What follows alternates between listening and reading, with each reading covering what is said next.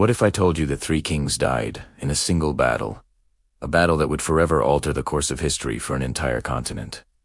This isn't a fantasy tale. This is the true story of a day in 1578 when the fate of Morocco, Portugal, and the world hung in the balance. It's the story of the Battle of Wadi al-Makazin, a clash of ambition, faith, an empire that has echoed through the centuries. Our story begins in the late 16th century. Morocco, under the Saudi dynasty, was a land of rich culture and strategic importance, but it was also a realm fractured by internal conflict. The Sultan, Abu Abdallah Mohammed II, had been overthrown by his own uncle, Abedi. Exiled and desperate, Abu Abdallah looked for a powerful ally to help him reclaim his throne. He found one in the young and ambitious king of Portugal, Sebastian I.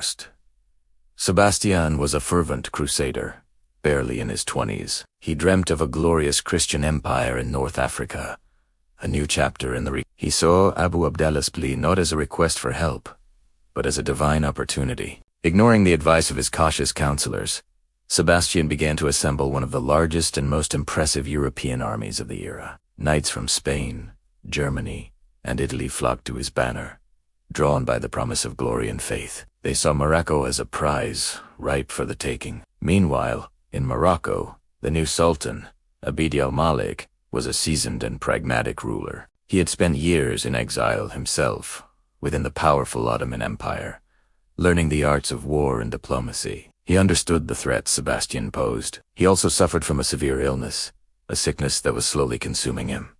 But his mind remained as sharp as a blade. He knew he was fighting not just for his throne, but for the very soul of Morocco. As Sebastian's massive fleet crossed the Strait of Gibraltar, a sense of destiny filled the air. His army, a glittering spectacle of steel and silk, landed on the Moroccan coast and began its march inland, confident of a swift victory. They were heading towards Qasr al-Kibr, a strategic city. But Abd al-Malik was no fool. He wasn't going to let the invaders choose the battlefield. At Upland. He chose his ground carefully, at the confluence of the Wadi al-Makazin and the Lucos River.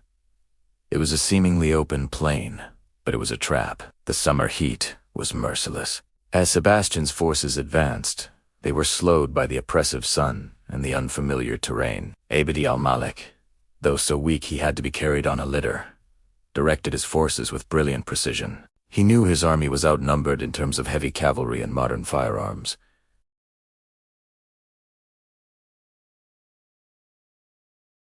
He positioned his elite cannons, a gift from his Ottoman allies, on the high ground, overlooking the Portuguese lines. On the morning of August 4th, 1578, the two armies faced each other. The air was thick with tension.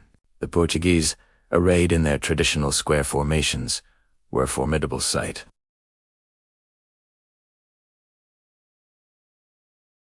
The first king, Abu Abdallah, the deposed sultan, rode alongside the Portuguese, hoping this day would restore his crown.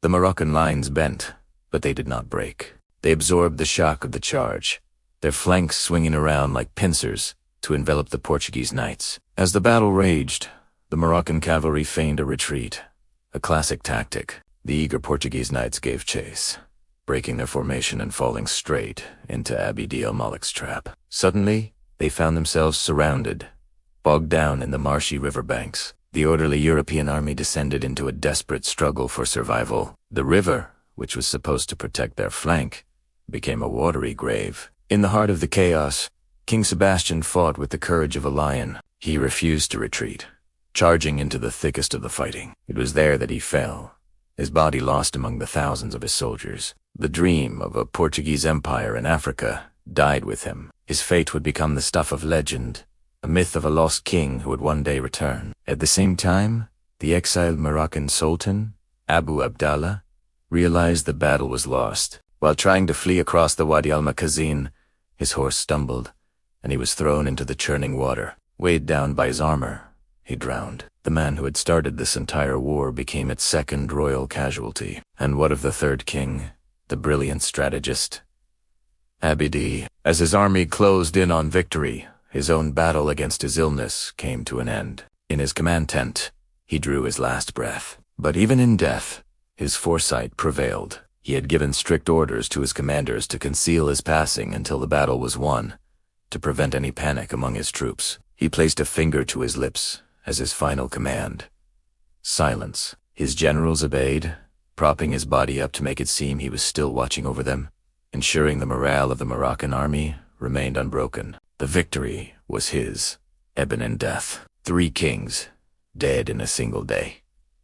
The consequences were monumental. Portugal, with its king gone and its nobility decimated, was left leaderless and vulnerable. Within 2 years, it lost its independence to Spain, beginning a 60-year period of Spanish rule. The Portuguese Golden Age was over. For Morocco, the victory was a turning point. It secured the nation's independence from European encroachment for the next 300 years. The Saudi dynasty was solidified, and the country entered a period of unprecedented power and prosperity, its reputation soaring across the Islamic and European worlds. The ransom collected from captured Portuguese nobles flooded the state's coffers, funding magnificent architectural projects that still stand today. The Battle of the 3 Kings is more than just a military victory. It is a testament to the power of intelligence over brute force, of unity in the face of invasion, and the unbreakable spirit of a people defending their homeland. It's a powerful chapter in history that reminds us that sometimes the course of the world can be changed in a single,